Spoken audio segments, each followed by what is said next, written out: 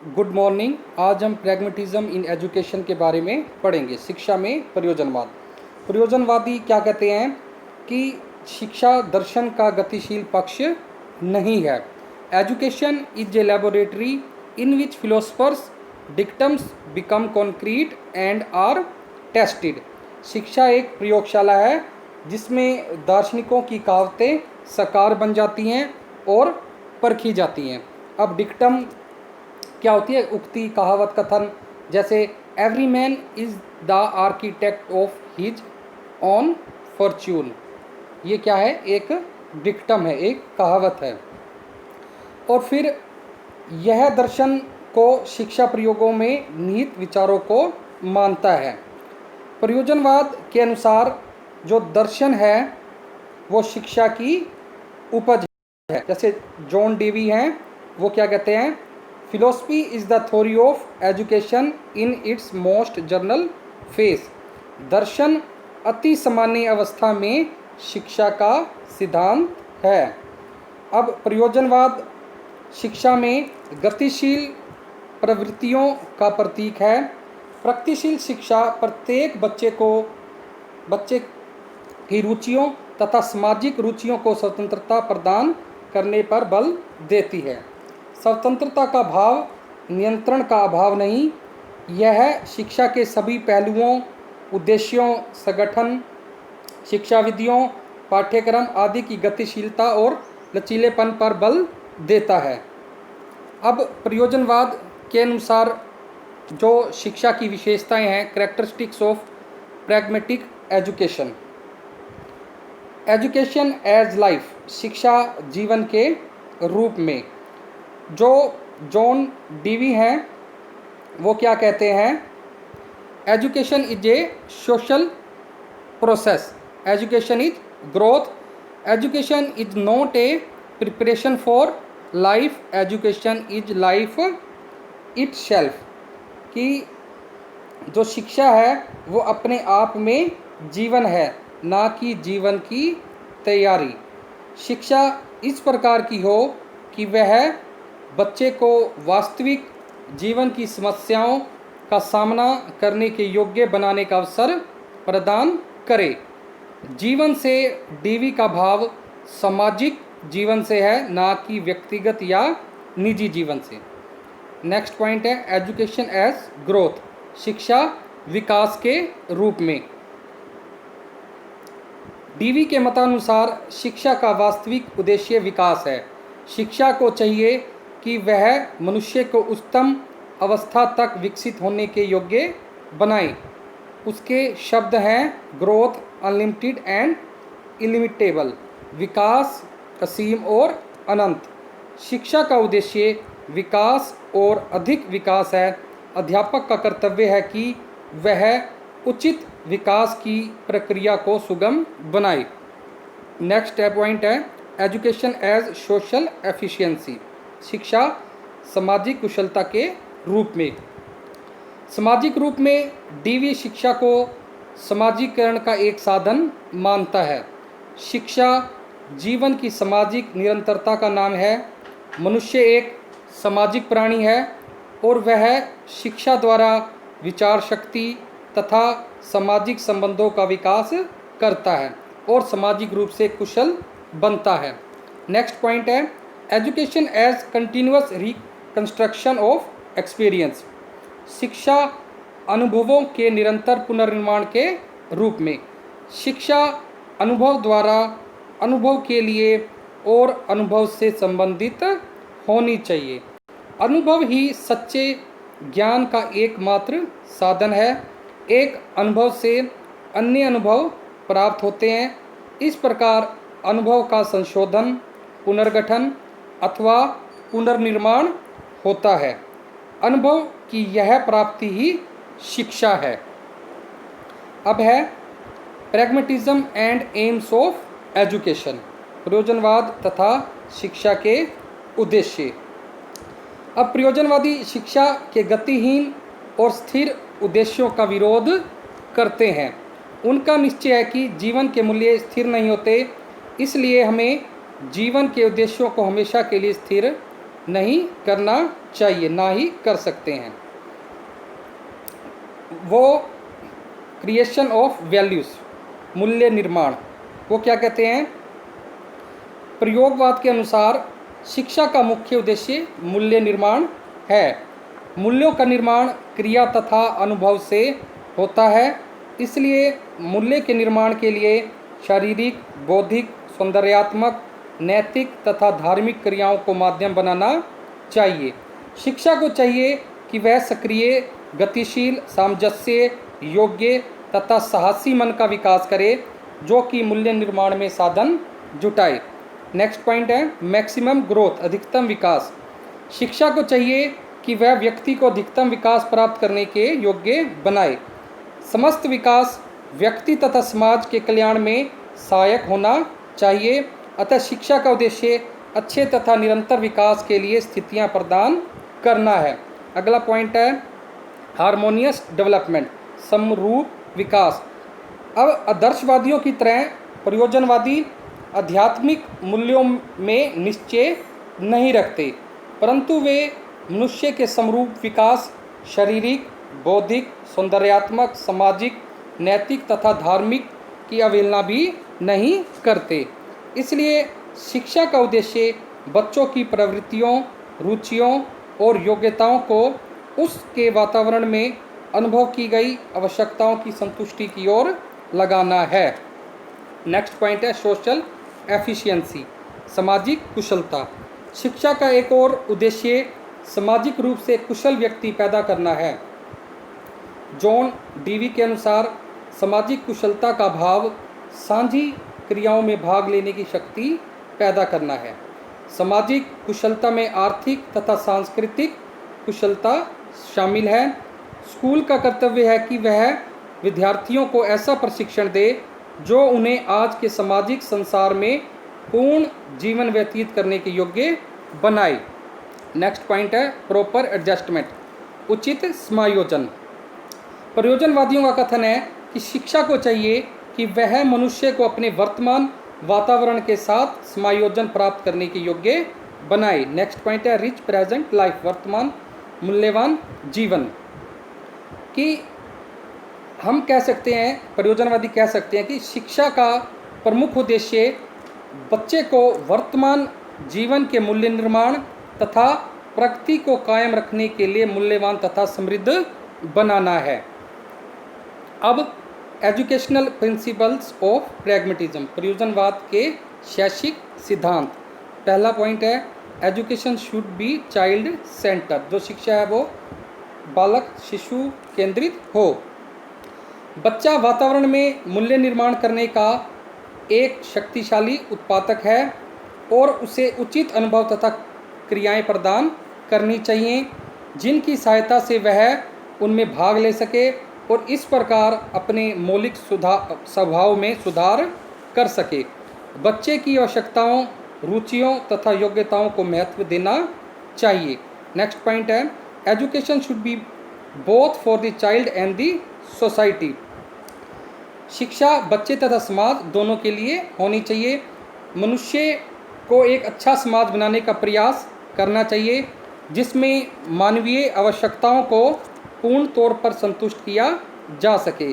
अतः मनुष्य का विकास इसलिए किया जाए कि वह सामाजिक मांगों का सामना कर सके। नेक्स्ट है रिस्पेक्ट फॉर चाइल्ड्स फ्रीडम, बच्चे की स्वतंत्रता का आदर। उस पर करोड़ों का आदर्श या आज्ञा थोसी नहीं जानी चाहिए। उसकी जो शिक्षा है उसकी आवश्यकताओं, रुचियों तथा योग्यताओं की पूर्ति के लिए हो, ना कि निश्चित मूल्यों के लिए। प्रयोजनवाद स्वतंत्र अनुशासन में निश्चय रखता है। अध्यापक तो केवल एक निर्देशक होता है। किसी मनोरथपूर्ण रचनात्मक क्रिया की खोज द्वारा आत्म अनुशासन उन्नत होता है। नेक्स्ट पॉइंट है education should be based on child's psychology. जो शिक्षा है, शिक्षा का बच्चों का मनोवैज्ञानिक होना, शिक्षा का आधार बच्चों का मनोवैज्ञानिक होना। शिक्षा वृद्धि तथा विकास की विभिन्न अवस्थाओं के अनुसार दी जानी चाहिए। चाइल्ड्स साइकोलॉजी आएगा। बच्चों की व्यक्तिगत भिन्नताओं को भली भांति पहचानना चाहिए। व्यक्ति की आवश्यकताओं, रुचियों तथा योग्यताओं को उचित महत्व दिया जाना चाहिए। अब है प्रैग्मेटिज्म एंड करिकुलम, प्रयोजनवाद तथा पाठ्यक्रम। अब प्रयोजनवादी एक ऐसे पाठ्यक्रम के पक्ष में है जो विद्यार्थी के सभी गुणों का विकास करे, उसे मूल्य निर्माण, सामाजिक कुशलता की प्राप्ति, समरूप व्यक्तित्व के विकास, उचित समायोजन तथा जीवन की समस्याओं के समाधान के योग्य बनाए। उन्होंने पाठ्यक्रम निर्धारित करते समय कुछ नियम अपनाने का सुझाव दिया है। पहला है प्रिंसिपल ऑफ यूटिलिटी, उपयोगिता का सिद्धांत।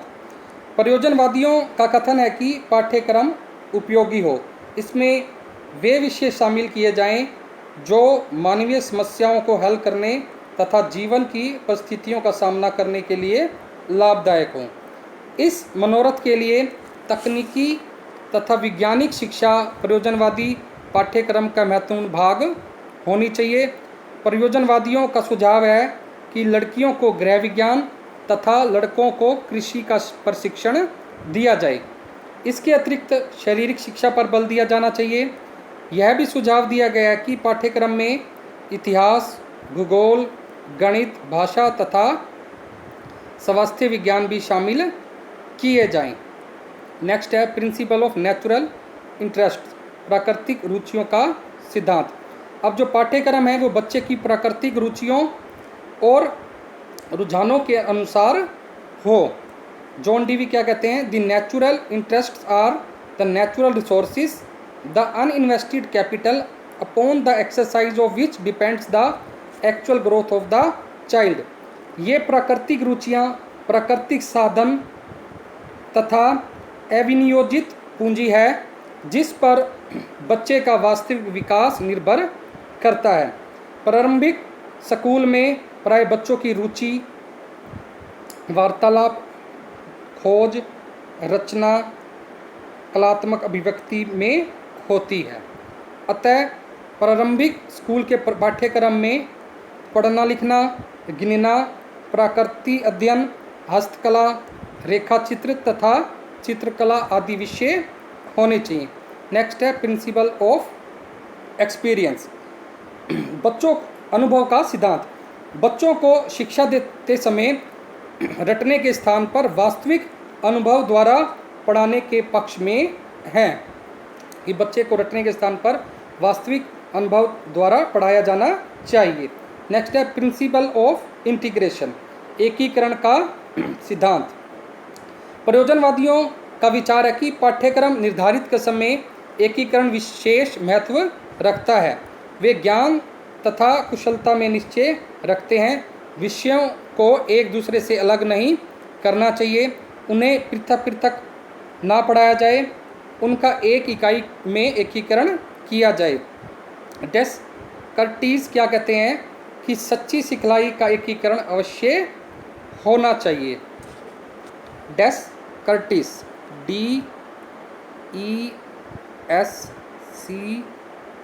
DESCARTES, डेस्कर्टिस सच्ची सिखलाई का एकीकरण अवश्य होना चाहिए। हम संक्षेप में कह सकते हैं कि प्रयोजनवादी अनुभव केंद्रित पाठ्यक्रम का समर्थन करते हैं। शिक्षा अनुभव का पुनर्निर्माण है और अनुभव विभिन्न प्रकार की क्रियाओं द्वारा प्राप्त किए जा सकते हैं। भाषा तथा सामाजिक अध्ययन जैसे विषय गौण महत्व रखते हैं, जबकि व्यावसायिक शिक्षा तथा विज्ञान प्रधान है। अब हम pragmatism and methods of education के बारे में पढ़ेंगे। शिक्षा विधियाँ तथा प्रयोजनवाद। प्रयोजनवादियों के अनुसार वही विधि अधिक प्राथमिकता वाली है जो कि बच्चों की रुचियों पर आधारित हो और जो उसकी समस्या को हल करने के योग्य है। बच्चा शिक्षा प्रणाली का केंद्र है। शिक्षा विधियों में प्रयोजनवाद बच्चे पर बल देता है, ना कि पुस्तकों, अध्यापक तथा विषय पर। इसका पहला पॉइंट क्या है? Principle of action or learning by doing. प्रयोजनवादी क्रिया का नियम या क्रिया द्वारा सीखने पर बल देते हैं। उनका निश्चय है कि बच्चा केवल अपनी क्रियाओं या अनुभव द्वारा जितनी अच्छी तरह सीखता है, वह पुस्तकों से उतनी अच्छी तरह नहीं सीखता। अतः शिक्षा विधि में प्रयोजनवाद का सिद्धांत है क्रिया द्वारा सीखना, कार्य करते हुए सीखना या अनुभव द्वारा सीखना। रायबर्न क्या कहते हैं? Experiment is the first and the best method whose lessons we never forget. प्रयोग प्रथम तथा सर्वोत्तम विधि है जिसके पाठ हम कभी नहीं भूलते। यह नियम इस तथ्य पर बल देता है कि बच्चों को वास्तविक स्थितियों में रखा जाए और शिक्षा द्वारा उसे इस योग्य बनाया जाए कि वह अवस्थाओं का अध्ययन करे और उनका पूर्ण समाधान करे। नेक्स्ट पॉइंट है principle of establishing relation with the life of the child. बच्चे के जीवन के साथ संबंध स्थापित करने का नियम। प्रयोजनवादियों का निश्चय है कि शिक्षा विधियों को सैद्धांतिक तौर पर स्वीकार न किया जाए, बल्कि उन्हें वास्तविक जीवन अवस्थाओं के प्रकाश में ढालना चाहिए। इसलिए प्रयोजनवादी विधि का सिद्धांत बच्चे के जीवन, उसकी रुचियों, इच्छाओं, आवश्यकताओं तथा मनोरथों के साथ संबंध स्थापित करता है। सफलतापूर्वक सीखना मनोरथ पूर्ण क्रियाओं पर निर्भर करता है, पर्पसिव एक्टिविटीज़ पर डिपेंड करता है। नेक्स्ट है प्रिंसिपल ऑफ इंटीग्रेशन, एकीकरण का नियम। सीखने की सारी प्रक्रिया में एकीकरण के नियम की आवश्यकता है। मानवीय मन स्वयं एक इकाई है और इसमें कुछ पृथक भाग नहीं है। हेक्सले क्या कहते हैं? मनुष्य को स्वयं एकीकरण का साधन होना चाहिए और ज्ञान और अनुभव का तालमेल मानवीय आधार पर स्थापित करना चाहिए। Man himself should be the integrating factor and the coordination of knowledge and experience should be made in human terms. अब प्रयोजनवादियों का विचार है कि एकीकरण उसी अवस्था में संभव है जबकि ज्ञान तथा कुशलता को मनोरथ पूर्ण क्रियाओं द्वारा प्राप्त किया जाता है। नेक्स्ट है प्रोजेक्ट मेथड। अब जो ये परियोजना पद्धति है, ये किलपैट्रिक के शब्दों में परियोजना सामाजिक वातावरण में एक हार्दिक उद्देश्यपूर्ण क्रिया है। हर्बर्ट की पद्धति अध्यापक केंद्रित है, जबकि परियोजना पद्धति विद्यार्थी केंद्रित है। परियोजना पद्धति में स्कूल पाठ्यक्रम तथा अध्ययन के विषयों को बच्चों के दृष्टिकोण से देखा जाता है। परियोजना पद्धति में क्रिया का चयन बच्चे के वास्तविक जीवन से किया जाता है। परियोजना एक सिद्धांत नहीं बल्कि एक क्रिया है, एक समस्या है। इसलिए बच्चे को रट्टा लगाकर सीखने की आवश्यकता नहीं है, इसमें वह वास्तव में कार्य करता है और सीखता है। बच्चा शारीरिक तथा मानसिक तौर पर सक्रिय होगा। बच्चों को कार्य तथा खेल के अवसर प्रदान किए जाते हैं। यहाँ पर यह बात याद रखनी चाहिए कि परियोजना एक समस्या पूर्ण कार्य है, ना कि सामान्य कार्य। समस्या में तर्क, कल्पना, मूल्यांकन, हिसाब किताब तथा निर्णय की आवश्यकता होती है। यह एक अर्थपूर्ण कार्य है। परियोजना पद्धति में कृत्रिम, किताबी तथा अवास्तविक शिक्षा की आवश्यकता नहीं है। बच्चा क्रिया करते हुए सीखता है। योजना को पूर्ण किया जाता है, इसे अधूरा नहीं छोड़ा जाता। अगला है एक्सपेरिमेंटल मेथड। अब इस विधि के अनुसार प्रयोग करने के पश्चात ज्ञान प्राप्त किया जाता है। कि हम कोई एक्सपेरिमेंट करते हैं, जैसे साइंस लैब में कोई एक्सपेरिमेंट करते हैं, तो एक्सपेरिमेंट करने के बाद जो रिजल्ट आता है, मतलब जो ज्ञान, उसको हम प्राप्त करते हैं। नेक्स्ट पॉइंट है प्रैग्मेटिज्म एंड डिसिप्लिन, प्रयोजनवाद तथा अनुशासन। अब इस विचारधारा के जन्मदाता जॉन डीवी का मानना है कि अनुशासन एक ऐसा प्रक्रम है जो दिशा निर्देश प्रदान करता है। छात्र की शक्तियों व ऊर्जा को किस दिशा में कैसे प्रयोग किया जाए, यह केवल अनुशासन द्वारा सिद्ध होता है। इसलिए अनुशासन के संबंध में डीवी क्या कहते हैं, discipline is a mental attitude and in order to maintain this attitude socialised activities are essential. कि अनुशासन एक मानसिक अभिवृत्ति है और इस अभिवृत्ति को स्थिर रखने के लिए समाजीकृत क्रियाएं आवश्यक हैं।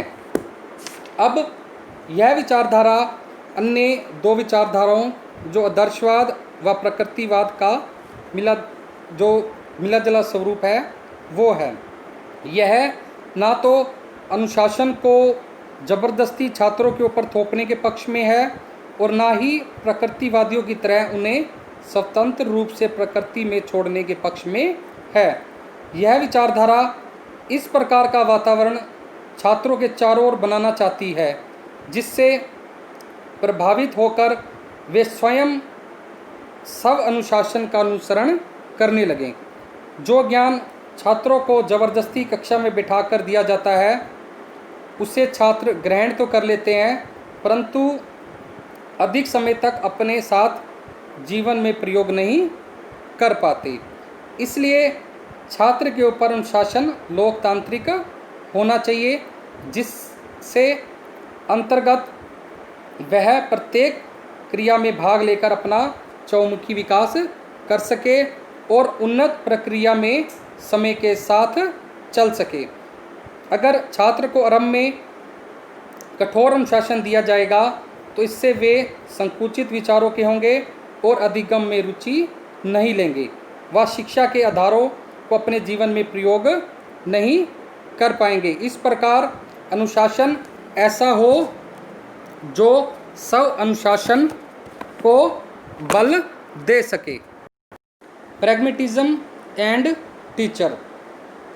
अब प्रयोजनवाद तथा अध्यापक। अब अध्यापक की स्थिति, पोजीशन ऑफ टीचर। प्रकृतिवादी का निश्चय है कि प्रकृति सर्वोत्तम अध्यापक है। वह अध्यापक को पृष्ठभूमि में रखते हैं, वह विद्यार्थी को पूर्ण स्वतंत्रता देते हैं और अध्यापक को दूर रहने का परामर्श देते हैं। प्रकृतिवादी के अनुसार अध्यापक को बच्चों की शिक्षा में हस्तक्षेप नहीं करना चाहिए और आदर्शवादियों का विचार इनसे बिल्कुल उलट है।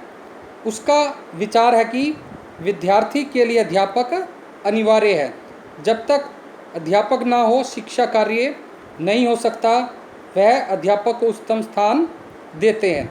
लेकिन जो प्रयोजनवादी है वो अध्यापक को एक मध्यवर्ती मार्ग अपनाने को कहते हैं। प्रयोजनवादी शिक्षा प्रणाली में ना तो अध्यापक व्यर्थ है और ना ही परम सत्ता। वह तो बच्चे का एक मित्र, निर्देशक तथा परामर्शदाता है। वही बच्चे को आत्म अनुशासन सिखाता है और उसमें भाग लेने की प्रेरणा देता है। अब अगला है क्वालिफिकेशंस ऑफ टीचर, अध्यापक की योग्यताएं। प्रयोजनवादियों के अनुसार अध्यापक को ज्ञान का भंडार होना चाहिए।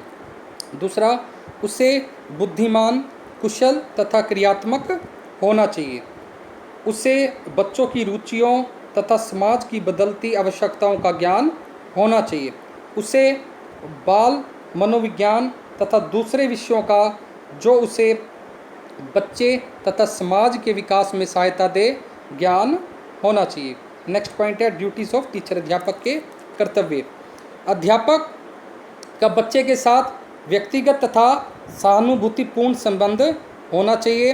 उसका कार्य बच्चे को निर्देशन देना तथा उसे जीवन की वास्तविक स्थितियों में डालना है, ताकि बच्चा जीवन की समस्याओं को समझकर उन्हें हल करने योग्य बन सके। चिंतन के स्थान पर क्रिया पर बल देना चाहिए। बच्चे को अनिर्मित ज्ञान ना दिया जाए। प्रयोजनवादी अध्यापक क्या चाहता है? The pragmatic teacher wants his pupils to think and act for themselves, to do rather than to know, to originate rather than to repeat।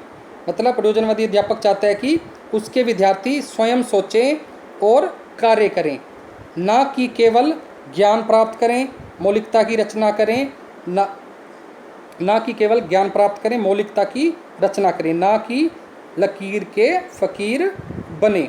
शिक्षण का आधार केवल व्याख्या देना तथा दोहराना नहीं होना चाहिए। शिक्षक को अपने विद्यार्थियों में समस्या समाधान की अभिवृत्ति पैदा करनी चाहिए। उसे बच्चे का ऐसा निर्देशन करना चाहिए जो बच्चे को अपनी समस्याएं हल करने में सहायता दे और उसमें सामाजिक रुचियों, आदतों तथा अभिवृत्तियों को विकसित करने में सहायक हो। नेक्स्ट पॉइंट है प्रैग्मेटिज्म एंड स्टूडेंट, प्रयोजनवाद व विद्यार्थी। प्रयोजनवाद विचारधारा में बालक शिक्षा का मुख्य केंद्र बिंदु है। सारी शिक्षण अधिगम प्रक्रिया के इर्द गिर्द वही घूमता है। अगर शिक्षण प्रक्रिया पूरी होने के बाद छात्र के व्यवहार में कोई परिवर्तन नहीं आता, तो इससे अभिप्राय है कि शिक्षण प्रक्रिया में कोई कमी है। एक प्राणी जीवन में प्रत्येक क्षण किसी न किसी रूप से तरह तरह की समस्याओं व घटनाओं का सामना करना चाहता है। उसके जीवन में अनेक ऐसी समस्याएं व परिस्थितियां जन्म लेती हैं जिन्हें महसूस करके वह बहुत हताश हो जाता है। इस समय शिक्षा उसके लिए उपकारपूर्ण कार्य करती है, जो उसे उन परिस्थितियों से सफलतापूर्वक बाहर लेकर आती है। शिक्षा का मुख्य उद्देश्य है छात्रों के व्यवहार में परिवर्तन करना। इसलिए अगर अधिगम प्राप्त करने के बाद छात्रों के व्यवहार में परिवर्तन नहीं आता, तो वह शिक्षण व्यर्थ हो जाता है। इससे अभिप्राय है कि छात्र का अधिगम सफल है या नहीं है। बिना शिक्षा के प्रत्येक प्राणी पशु के समान है। अगर छात्र अपने बाल्यावस्था में उचित प्रकार से शिक्षा ग्रहण करता है, तो वह इससे भावी जीवन को सुखमय व समृद्ध बना सकता है। एक छात्र के व्यक्तित्व के 3 पक्ष होते हैं: मनोवैज्ञानिक, सामाजिक, जैविक। इन पक्षों का विकास केवल अधिगम लर्निंग द्वारा ही संभव हो सकता है, परंतु प्रयोजनवाद सबसे अधिक सामाजिक जीवन पर बल देते हैं, क्योंकि इस पक्ष के बारे में डीवी ने कहा है, जिस प्रकार शारीरिक जीवन के लिए पाचन प्रक्रिया आवश्यक है, उसी प्रकार शिक्षा सामाजिक जीवन के लिए आवश्यक है। छात्र के लिए इस पक्ष पर बल देने का अभिप्राय यह है कि छात्र अपना भावी जीवन समाज में जाकर व्यतीत करे, इसलिए उसे उस जीवन के लिए उचित प्रकार के समायोजन के लिए शिक्षण शिक्षा के द्वारा ही दिया जा सकता है। अब हम अगला पॉइंट पढ़ेंगे, प्रैग्मेटिज्म एंड स्कूल, प्रयोजनवाद और विद्यालय। प्रयोजनवाद के लिए स्कूल एक ऐसा स्थान है जहां बच्चा अनुभव से सीखता है। यह एक सामाजिक संस्था है और समाज को प्रतिबिंबित करता है। यह समाज का लघु रूप है। यह मनुष्यों की सामाजिक मनोवैज्ञानिक आवश्यकता है। यह सामाजिक है क्योंकि यह मनुष्य में सामाजिक भावना का विकास करता है और उसमें समाज और राष्ट्र के प्रति कर्तव्य भावना का निर्माण करता है। यह मनोवैज्ञानिक है क्योंकि यह बच्चों की आवश्यकताओं को मान्यता देती है। सामूहिक खेलें, प्रयोगशालाओं में काम करना, पुस्तकालयों में अध्ययन करना आदि ऐसी क्रियाएं हैं जो विद्यार्थियों में सामाजिक गुणों तथा दृष्टिकोण का विकास करती हैं। अब जो स्कूल है, जॉन डीवी ने क्या कहा है, school should be true representative of society. जो स्कूल है उसको समाज का सच्चा प्रतिनिधि होना चाहिए। प्रयोजनवाद के अनुसार आदर्श स्कूल की कुछ प्रमुख विशेषताएं हैं। पहली है एनलार्ज आइडियल होम, व्यापक आदर्श घराना। आदर्श स्कूल एक बड़ा आदर्श घराना है, एक आदर्श परिवार है जहां बच्चे का प्रशिक्षण अधिक अच्छे प्रसाधनों से होता है और उसे वैज्ञानिक प्रशिक्षण प्राप्त होता है। इसका अर्थ है जो प्रेम और स्नेह घर में मिलता है वही स्कूल में भी मिलना चाहिए। स्कूल में बच्चे की घरेलू क्रियाओं का संरक्षण तथा पुनर्निर्माण होना चाहिए। नेक्स्ट है सोसाइटी इन मिनिएचर, समाज का लघु रूप। डीवी स्कूल को समाज का छोटा रूप समझते थे। यह बच्चों में सामाजिक चेतना और सामाजिक वफादारी पैदा करता है। यह अन्य सामाजिक साधनों जैसे घर, समुदाय आदि के साथ मिलकर काम करता है। यह बच्चों को अपने अनुभवों के निर्माण तथा पुनर्निर्माण के लिए पर्याप्त अवसर प्रदान करता है। नेक्स्ट पॉइंट है चाइल्ड सेंटर्ड इंस्टीट्यूशन, बाल केंद्रित संस्था। डीवी स्कूल को बाल केंद्रित संस्था मानते थे जहां व्यक्तिगत विभिन्नताओं की ओर ध्यान दिया जाता है। शिक्षा बच्चे की आवश्यकताओं, रुचियों तथा शक्तियों के अनुकूल होती है। बच्चा स्कूल का केंद्र होता है। नेक्स्ट पॉइंट है एक्सपेरिमेंटल इंस्टीट्यूशन, प्रयोगात्मक संस्था। डीवी के लिए आदर्श स्कूल प्रयोगात्मक संस्था है। यह एक ऐसा स्थान है जहां प्रयोगों के बारे में बताया जाता है, पढ़ाया जाता है और प्रयोग किए जाते हैं। यह अध्यापकों एवं विद्यार्थियों के लिए प्रयोग करने का स्थान है। कक्षाओं को प्रयोगशालाएं तथा अध्यापकों को प्रदर्शनकर्ता समझा जाता है। नेक्स्ट है प्रोविज़न फॉर वोकेशनल एजुकेशन, व्यावसायिक शिक्षा की व्यवस्था। डीवी के अनुसार स्कूल में बच्चों को कम से कम एक व्यवसाय अवश्य सिखाना चाहिए। इससे उनको अपनी रोजी रोटी कमाने में सहायता मिलेगी, परंतु व्यवसाय समाज की आवश्यकताओं के अनुकूल होने चाहिए। नेक्स्ट है प्रोविज़न फॉर मॉरल एजुकेशन, नैतिक शिक्षा की व्यवस्था। डीवी नैतिक शिक्षा में विश्वास रखते थे। उन्होंने इस बात का समर्थन किया कि नैतिक शिक्षा पृथक विषय के रूप में नहीं पढ़ाई जानी चाहिए, बल्कि सहयोगात्मक क्रियाओं के द्वारा नैतिक शिक्षा प्रदान करनी चाहिए। सर्वोत्तम नैतिक प्रशिक्षण वह है जो व्यक्ति दूसरों के साथ संबंध स्थापित करके सीखता है। नेक्स्ट है provision for learning by doing, करने द्वारा सीखने की व्यवस्था।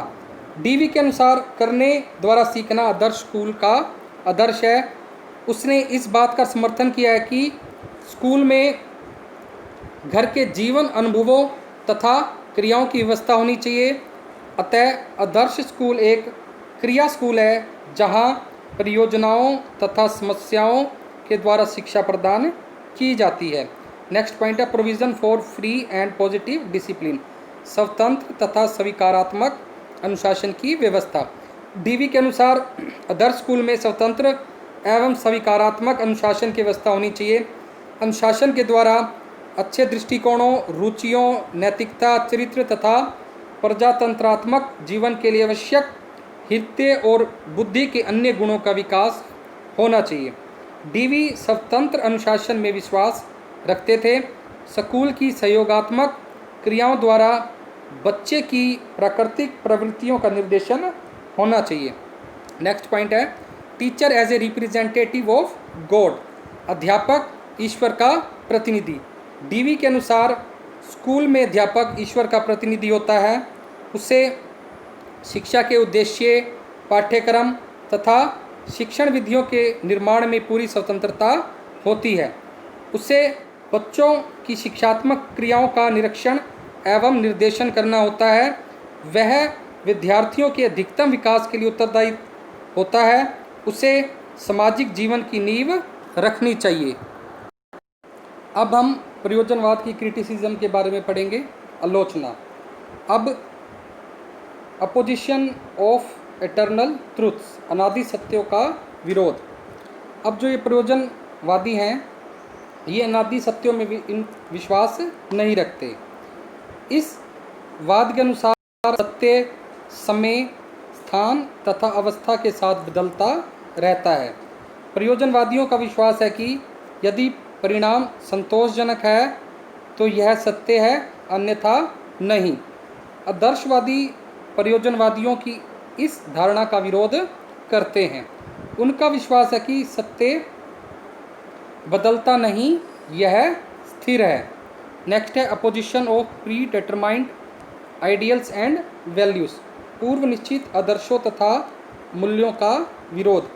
प्रयोजनवाद पूर्व निश्चित आदर्शों तथा मूल्यों का विरोध करता है। यह इस तथ्य पर बल देता है कि आदर्श तथा मूल्य मानवकृत और परिवर्तनशील हैं। वास्तविकता यह है कि सत्य, सौंदर्य तथा अच्छाई जैसे आदर्श तथा मूल्य पूर्व निश्चित हैं। ये मूल्य सदा के लिए अच्छे हैं और इनमें परिवर्तन नहीं होता। निगेशन ऑफ स्पिरिचुअल वैल्यूज़, आध्यात्मिक मूल्यों का निषेध। प्रयोजनवादी आध्यात्मिक मूल्यों की अवहेलना करते हैं। आध्यात्मिक मूल्यों के बिना हम प्रसन्नता, संतोष तथा मानसिक शांति प्राप्त नहीं कर सकते। Negation of fixed AIIMS of education, शिक्षा के निश्चित उद्देश्य का निषेध। प्रयोजनवाद शिक्षा का कोई निश्चित आदर्श नहीं देता। इस प्रकार की शिक्षा अवश्य ही उद्देश्य रहित होगी। अतः शिक्षा के कुछ पूर्व निश्चित उद्देश्य तथा आदर्श आवश्यक हैं। नेक्स्ट है absence of food for soul, आत्मा के भोजन का अभाव।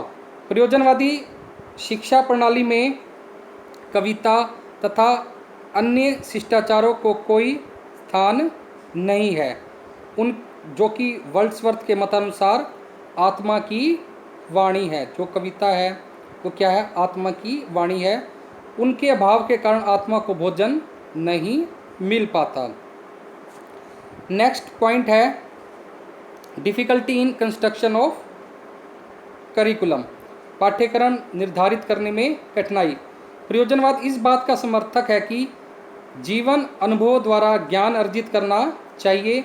यह कोई सुगम कार्य नहीं। जीवन अनुभव के आधार पर पाठ्यक्रम तथा परियोजनाएं बनानी अति कठिन है।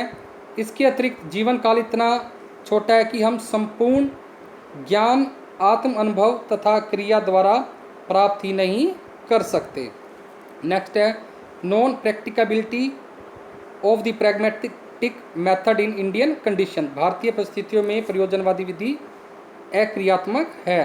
विशेष रूप में प्रयोजनवादी विधि हमारे स्कूलों में प्रयोग में नहीं लाई जा सकती। पहले यह बहुत महंगी है क्योंकि इसमें प्रयोगशाला तथा मूल्यवान उपकरणों की आवश्यकता होती है। दूसरी, इसमें अति सुशिक्षित अध्यापकों की आवश्यकता होती है। वर्तमान अवस्था में हमारे स्कूल इतना खर्च सहन नहीं कर सकते। अब हम इसके कंक्लूजन में, निष्कर्ष में कह सकते हैं कि जो प्रयोजनवाद है ये प्रगतिशील रुचियों का प्रतीक है। प्रयोजनवादी शिक्षा ना तो अध्यापक केंद्रित है और ना पाठ्यक्रम केंद्रित, यह विद्यार्थी केंद्रित है। सारी शिक्षा प्रणाली का निर्देशन विद्यार्थी के व्यक्तित्व के विकास की ओर किया जाना चाहिए। प्रयोजनवाद ने व्यक्तिगत अंतरों को भी स्वीकार कर लिया है। प्रयोजनवादियों का विचार है कि शिक्षा के उद्देश्य कठोरता से ना बनाए जाएं, वे लचीले हों और समाज की बदलती आवश्यकताओं के अनुसार ढाले जा सकें। प्रयोजनवाद ने अनुभव केंद्रित पाठ्यक्रम पर बल दिया है। यह सभी सामाजिक और असामाजिक मामलों में प्रयोग विधि का समर्थक है। यह स्वतंत्रता तथा स्वशासन के अधिकार का भी समर्थक है। इसने स्कूल में सत्तावाद का नाश करके प्रजातंत्र की गति को तीव्र किया है। इसने प्रयोजनवादी विधि चालू करके शिक्षा को अधिक रोचक, भावपूर्ण तथा कुशल बना दिया है। विद्यार्थियों के प्रभावशाली सीखने में अध्ययन के सहसंबंध, विषयों के एकीकरण, सहपाठ्यचर्य क्रियाओं के संगठन ने अपना योगदान दिया है। यह क्रिया की महत्वपूर्ण स्वतंत्रता के साथ अनुशासन का भी पूरक रहा है। इसने अनुभव द्वारा सीखने का समर्थन किया है। इसने वर्तमान के अवसरों का अधिकतम लाभ उठाने कि अपने संबंध का पूर्ण शोषण करके दूर भविष्य के उद्देश्यों का संशोधन किया है। संक्षिप्त रूप में यह गतिशीलता तथा लचक पर बल देता है, जो शिक्षा के सभी पहलुओं, उद्देश्यों, पाठ्यचर्या, शिक्षा विधियों आदि की विशेषताएं बताए। धन्यवाद। आज हमने एजुकेशन, प्रैग्मेटिज्म इन एजुकेशन के बारे में पढ़ा है।